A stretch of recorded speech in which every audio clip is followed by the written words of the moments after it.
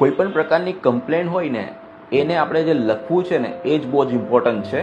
એનાથી તમારું આગળની કાર્યવાહી નક્કી થતી હોય છે, તમને ન્યાય મળશે કે નહીં મળશે એ બધી વસ્તુઓ નક્કી થતી. તો એના માટે સીધી સાદી સ્ટ્રક્ચર્ડ વસ્તુ હું તમને બતાવી દઉં કે કેવી રીતે આપણે કમ્પ્લેન ફાઇલ કરવાની છે.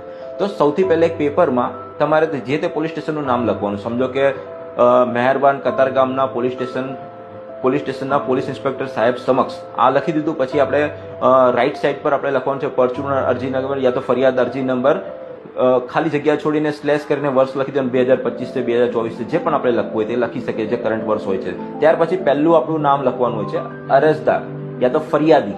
આપણું નામ લખો આખું વ્યવસ્થિત.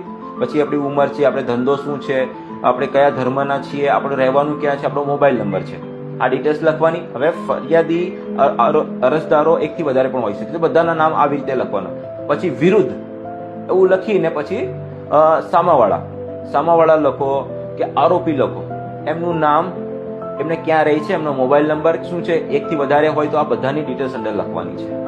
પછી લખવાનું કે અમોની નમ્ર અરજ છે કે, પછી પહેલો પેરેગ્રાફ લખવાનો. હવે પહેલો પેરેગ્રાફ એવી રીતે લખવાનો છે કે તમે જ્યારે કોઈ વ્યક્તિને મુલાકાત કરો છો, અજાણી વ્યક્તિને મુલાકાત, તો તમે પોતાનું ઇન્ટ્રોડક્શન કેવી રીતે આપો છો એ જોવાનું હોય છે કે ભાઈ મારું નામ ફલાણું છે અને હું ફલાણી જગ્યાએ મારા પરિવાર સાથે રહેતો આવેલો છું, ફલાણું કામ કરીને મારું ગુજરાન ચલાવું છું. આવી પહેલી લીટી આપણે પહેલો પેરેગ્રાફ લખવાનો. પછી સેકન્ડ પેરેગ્રાફ લખવાનો કે સામેવાળા વ્યક્તિની તમારી ઓળખાણ કેવી રીતે થઈ છે, કે સામેવાળો વ્યક્તિ ફલાણો છે, ફલાણું કામ કરતો આવેલો છે, ફલાણી રીતે મને મુલાકાત થઈ હતી ને આ દિનથી મારી એમની સાથે ઓળખાણ ચાલી આવેલ છે.